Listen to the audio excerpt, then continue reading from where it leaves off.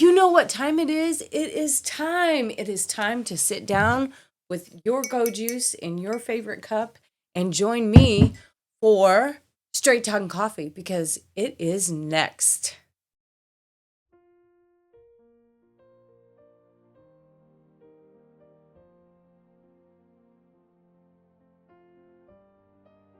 Hey, thanks for joining me today. We are going to be talking about where we kind of left off with Ezekiel 38 and 39 because this whole thing that's happening this week, and let me just say, let me begin with this. We film a week in advance. Okay. So my husband was telling me the other day, he's like, "You're telling everybody happy Easter when it's, this week." And I'm like, you know what? I forget about that when I'm sitting here and I'm talking with you guys, and I'm just focused on the week that I'm in and the day that I'm in and what God has planned for me that day. So we do film this a week in advance. And so I just want you to know that when you start watching Straight Talking Coffee. If you do like the content that you are watching, please like and subscribe and ring the bell and share it with your friends. We are on Spotify. We're going to be on TikTok and um, YouTube, of course, that's how you're watching it. And then we upload it to Facebook. So I'm just being really straight with you and honest with you today so that you will know, hey, this is what happens. So today I wanted to continue talking about Ezekiel 38. So because today there's a big decision that's being made. Mr. Trump has to make a decision by 8 p.m. tonight. And and it's going to affect everything. Everything in the world, it's going to affect. It's a big, huge decision. It will put us in a different time span. It will move, no matter what, we're moving forward to the end times. But also, since Jesus died, rose from the grave, woohoo, um, rose from the grave and ascended to heaven, it catapulted, it just started the effect of a different time period and a Christian, for people, the Gentiles, and he opened salvation to the whole entire world and not just the Jewish people. So then it's going to revert back in the end days because the Jewish people did not believe that Jesus was the Messiah. He is coming back to and they're going to go through the tribulation so that they can see the revelation of Jesus Christ, the revelation that Jesus was the Christ. He did come and to set the captives free. So I want to talk a little bit about the season that we actually are living in. We talked about last week how you're watching the Jewish people from all over the world come back to Israel. It is a time period. They're going back. There is a ton of people every year that are Jewish descendants that are coming back to the land of Israel. And so we're watching that all take place since they became a nation. Um, Mark Twain, when he was alive, he went to Israel and he said that it was nothing but desert. It was all like there was nothing there. There was no city, no anything. Where the temple was, nothing. It was just demolished. And so they had been scattered, the Jewish people had been scattered all over the world. And then when they became a nation again, everything started happening and rebuilding and to the nation that they are today, which is the size of New Jersey. And you think that this little piece of property that Israel has, it's the center of attention now, which the end times prophetically in the Bible, it says in Ezekiel that it will become the center of the world. And why is that? Because it's the promised land. It is the promised land. And everybody wants God's promised land. It's just not, but it was promised to only a certain people, that it would be their place and it's God's place. That is where everything started. The Garden of Eden was over there, Nile River, all that kind of stuff. You look back and you look where Eden was located and everything, it is over there. And if you look at the globe and you flatten the world out, and we're going to talk about that next video, next thing, we're going to talk about flat earth, we're going to talk about all these rapture, all that kind of stuff in the next segment of Straight Talking Coffee, because I think it's important that we don't get caught up in New Age doctrine and all of those kind of things that um, people are really being deceived by. So we're going to talk about that next um, Straight Talking Coffee. But anyway, let's get back to Ezekiel. If you do that, if you flatten everything out on a piece of paper and you place everything where it is, Israel is smack dab right in the middle of the whole entire world. Each side has land and they're right there. They're right there in the middle. And so everything, it's funny how that even is a God of God, how he put Israel right smack dab in the middle of the entire world. And all these nations are going to come up against it. And so today I wanted to talk to you about it because um, when it talks about in Ezekiel 38, where it talks about who is going to come after Israel, and it talks about Rosh and Tubal and Dedan and all those, and Turkey, and we listed those, and Gog and Russia and all that kind of stuff. So I want to kind of explain to you where that is in modern day history, because they've been renamed a little bit. They've taken on a new name. Persia is now Iran. That is the kingdom of Persia. If you look on your map and where Iran was today and where Persia used to be, like when Esther was alive and all of that, you will see that that is modern day Iran. Then you have Turkey, which is Turkey, but there's also Gomar and the army and Tagarma and um, Beth Tagarma and all of those. So you're looking at um, Russia, Iran, Turkey, Sudan, and Libya, because Beth Dagarma and those places that the Bible talks about is portions of Turkey. So they used to be civilizations. They used to be cities or countries. It was split up. Turkey was split up into different, maybe different nations and stuff like that. But they had specific names back when Ezekiel was alive, and he said these people will come up against. So that's part of Turkey and Libya and Sudan. And so those are the real names of what is in Russia. They're going to come down. Gog of Magog, which is Russia, Rosh and Tubal.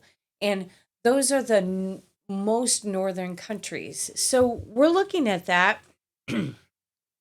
And I wanted to kind of go into, because I heard John Hagee a couple weeks ago. I listened to, there's some people that I love to listen to. John Hagee's one of them. Jensen Franklin is another person that I listen to a lot. Jack Hibbs, Amir Sarfati, um, and some of these other, Tom Hughes, Hope for Our Times. There's some other ones that I listen to, James Kadish, uh, that talk about, they put Bible prophecy that is actually speaking in Daniel, Ezekiel, Revelation, and Isaiah, all the books of the prophets that talk about things to come, things in the distant future. When you hear those words, they're talking about the time period that we actually live in the distant future, in the time period to come. So they're talking about that. And so I just wanted um to point those things out to you, that we're living and we're watching the Bible absolutely come to life right before our eyes, which, go figure, people have been watching that. They've been a part of history all these years, but I feel like the generation that I live in, 1967 is when I was born, and that was the year of the 6 Day War, and that that generation will not pass. But also, a lot of people think 1946, 45, 46, that when Israel became a nation, that is when that generation started, and this time clock has started, and then that generation will see the rapture. And all of these come into play because of the promises and the things that are said in the Bible. So let's talk about what happens to these people that come up against Israel. Because these people, I can guarantee you, Russia and um, Iran and Turkey, Sudan and Libya, they do not believe in the God of Israel. They don't believe. They believe, most of them, Iran is Muslim. They're waiting for the Mashiach, and the way that they believe is that they are to create war and take over the world, and then their Mashiach will come. And that will not happen because Jesus Christ is the Messiah, and he will come and he will rule and reign. So that's what my Bible says. That's what I believe. Everything that you have witnessed is somewhere in the Bible that it has come true. Daniel talks about that as far as like the Greek Empire and how it was split up, and Alexander the Great, how when he died, he gave these regions that he took over to his four generals. It talks about that right in Daniel, and it predicts it. Daniel predicted it when he was alive, and God showed him that. So you watch all this happen, and the Bible, that makes the Bible even more creditable, that everything that it says is the truth. If there is just one scripture, which we're going to talk about that in the next segment of Straight Talking Coffee, if there is only one scripture in the Bible that says this is this way, that's all you need. That's it. You don't need anything else because God said it, it is, and that's the way it is. And that's the way it's going to be done. So I want to talk about what's going to happen. We talked about last week how that Russia is God's going to put a hook in the jaw of Gog, which is the leader of Russia, and he's going to draw them down. And he's going to draw them down into Israel to go up against Israel. Why? Because they're going to need oil. They want the diamonds that Israel has. It's the promised land. It has everything that anyone needs. It has salt, it has water, it has everything. The mountains, it's beautiful. And anything can grow in Israel because it's God's promised land. And so you have to know that they're going to want that, especially when if President Trump, he's blown up oil fields, he's all these kind of things are happening right now, and you're seeing that all take place. And that's where Russia and everybody gets all of their oil and stuff from, is the Middle East. It's amazing at how all this is going to work out, take place, and come about. Now, do we know the exact details? We only know what God tells us in his word. And so I want to speak to you in Ezekiel 39.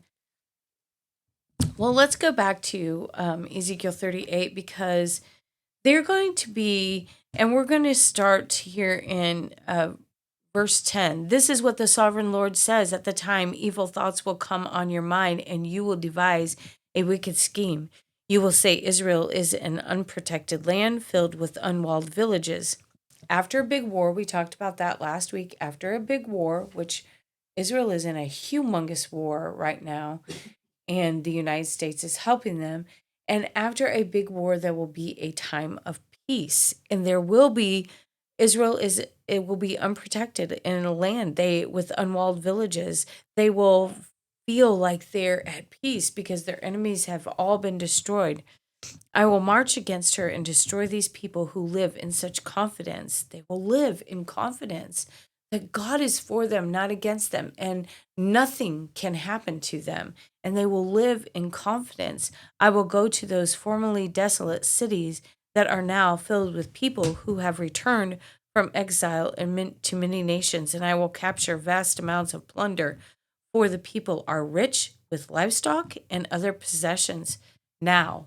So that means that Israel is going to be very rich, very plentiful, very, um, they're going to have all that they want. And it is going to make all the countries jealous, and they're going to want what they have. They think the whole world revolves around them, but Sheba and Dedan and the merchants of Tarshish will ask, do you really think that the armies you have gathered can rob them of silver and gold? Do you think you can drive away their livestock and seize their goods and carry off plunder?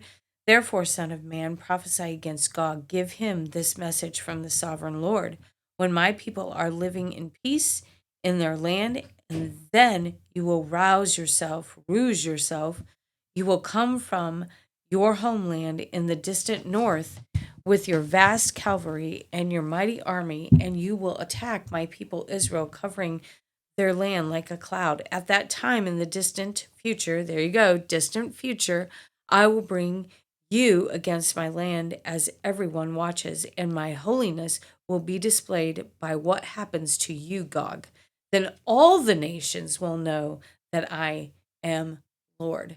So this means that whatever is going to take place is going to prove that God is who he says that he is. And every nation will witness what will happen if you go up against God and his chosen people. Um, this is what's going to happen. This is what the sovereign Lord asks. Are you the one I was talking about long ago when I announced through Israel's prophets that in the future I would bring you against my people? But this is what the sovereign Lord says. When Gog invades the land of Israel, my fury will boil. I'm telling you, I would not want God's fury to boil on our nation. And if we don't get our act straightened out, it's going to. It's going to. So take the Bible very seriously when God says, I promise a mighty shaking in the land of Israel on that day. All living things, the fish in the sea, the birds of the sky, the animals of the field, and the small animals that scurry along the ground, and all the people on the earth will quake in terror at my presence. That means everybody in the United States, that means all over the world, that they will shake in terror of God's presence. They will know that he is God and that there is a God and he is in control. Mountains will be thrown down, cliffs will be crumbled, walls will fall to the earth, and I will summon the sword against you on the hills of Israel, says the sovereign Lord. Your men will turn their swords against each other. That happens quite a bit if you read the stories of how God works, that he confuses men and they turn their swords against each other, and Israel doesn't have to do very much of anything. So you see that um, in Elisha, and you see that in Ezekiel, and you see that everywhere of how these stories play out in the Bible. Your men will turn their swords against each other. I will punish you, and your armies will, with disease and bloodshed. I will send torrential rain, hailstones, fire, and burning sulfur. Can you imagine that? We're going to see that. I mean, if I'm around long enough to see that, I'm just saying this is going to happen. And with the witnesses, with YouTube and everything where you can go and you can see all this all taking place live and being reported on all over the world at simultaneously at the same time, you're going to see all of this happen.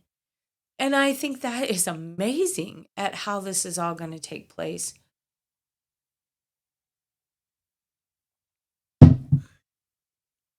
In this way, I will show my greatness and holiness, and I will make myself known to all nations of the world. Then they will know that I am the Lord. Son of man, prophesy against Gog. Give him this message from the sovereign Lord. I am your enemy, Gog, ruler of the nations of Meshech and Tubal. I will turn you around and drive you toward the mountains of Israel, bringing you from the distant north. I will knock the bow from your left hand and the arrow from your right hand, and I will leave you helpless. You and your army and your allies will all die on the mountain. What does it say? It says that they will all of them will die on the mountain of Israel. I will feed you to the vultures and wild animals. You will fall in open fields, for I have spoken, says the sovereign Lord, and I will rain down fire on Magog and on all your allies who live safely on the coasts. Then they will know that I am the Lord. In this way, I will make known my holy name among my people of Israel, and I will not let anyone bring shame on it. And the nations too, will know that I am the Lord, the Holy One of Israel.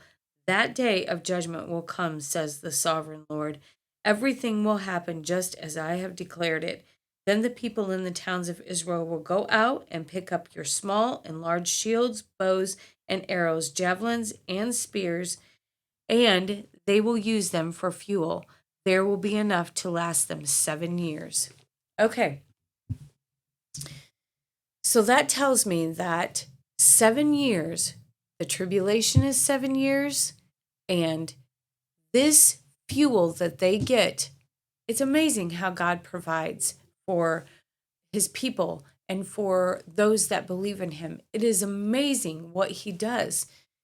After this war, they're going to go pick up all the swords and all the shields and everything, and this will give them fuel to survive for the 7 years of the tribulation. I think that is awesome how God has provided them that 7 year period that they won't get cold and nothing will happen like that. And so that's amazing to me. They won't need to cut wood for the fields or from the fields or forests, for these weapons will give them all the fuel they need. They will plunder those who planned to plunder them, and they will rob those who plan to rob them, says the sovereign Lord. And I will make a vast graveyard for Gog. Believe I can't, this is amazing. I will make a vast graveyard. God's personally going to make a graveyard for Gog and his hordes in the valley of the travelers east of the Dead Sea. It will block the way of those who travel there, and they will change the name of the place to the valley of Gog's hordes. It will take 7 months for the people of Israel to bury the bodies and cleanse the land.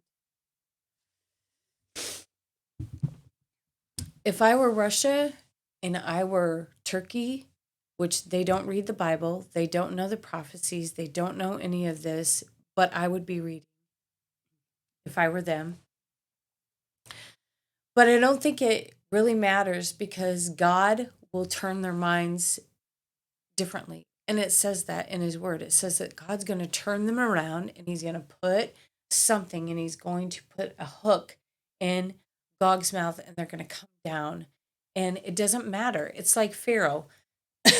When Pharaoh was like, no, I'm not going to let your people go. And he went through all these plagues, all this stuff and everything. And God's like, I'm going to harden his heart. His heart is already hardened, but I'm going to keep doing it a step at a time. Pride is going to well up and everything's going to well up in him. And he is going to go, oh my goodness, I'm not. I'm going to be stubborn. They're not going to win. These people are my slaves. They were given, and it's like same as these people. There's a lot of pride over there. And their God has promised them that they're going to take over, that they're going to take over all of this land, and that they're the ones that should inherit the land, that they're the ones that were Abraham's sons as well. Because if you think about it, so there's Ishmael, which is Saudi Arabia. That is Ishmael, which Ishmael and Israel, they get along right now. And Saudi Arabia knows and they won't go against Israel. It doesn't say anything about Saudi Arabia or anything like that in the Gog and Magog war. But then you look at Iran and all of those rulers and people over there. They came from Abraham. So Abraham had Ishmael first, and then the promise was given to Isaac because it was from Sarah and Abraham, and they were married first, and then he didn't ever actually marry Ishmael's mom, Hagar. And then you have, after Sarah died, you have another wife that Abraham took. And then you have the sons that she gave him. So you have, I think there were 7 or 8 boys. And so then they were given different kinds of territory, but Isaac was given the promised land. So you have to understand how all of those kind of things work, which is knowing your history, knowing, digging in, diving in, and knowing exactly what's going on. Look, these are things that will happen. So if you can imagine a time period where Persia, which is Iran, all their army is going to be destroyed, all of Turkey's army is going to be destroyed, Libya, Sudan, and Russia, which Russia is a huge country, okay? The countries of the north. And then it also said in 38 there will be other nations. It just says other nations will come with them.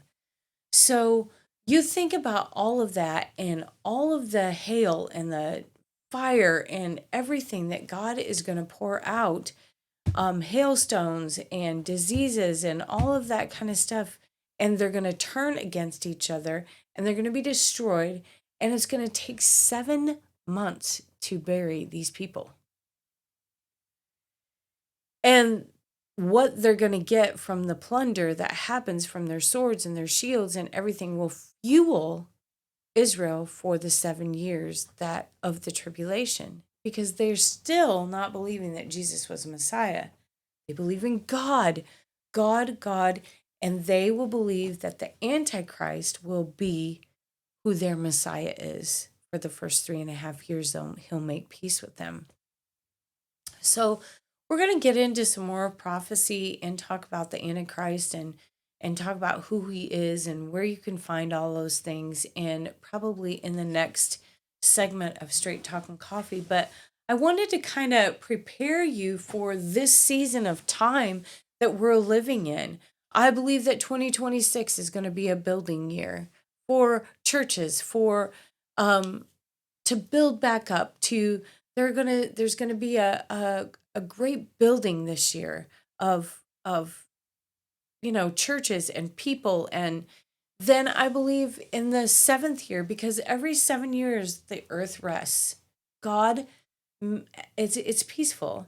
Every 7 years the Israelites, they had to let their land rest. They had to gather up enough food for a year of rest so that the land could recover, so that everything could recover. And I believe that 2027 is going to be that year of rest, prosperity, and you will see a lot of things take place, peace, all of that kind of stuff. Then I think in 2028 that we'll start to see some of the end, probably at the end of Mr. Trump's presidency. We'll start to see these 10 regions form and all that kind of stuff. You're already hearing bits and pieces of that in the background. But we have to get through this big war and enter a time of peace when all of that can be built and happen to get ready for the next step, which is the Gog and Magog war. And somewhere along in those lines, Damascus has to be destroyed, because that's what Isaiah 17 says, that right now Damascus is a humongous city. It is huge. It's just, you see pictures of Damascus today. That is not desolate. It's not what Isaiah says.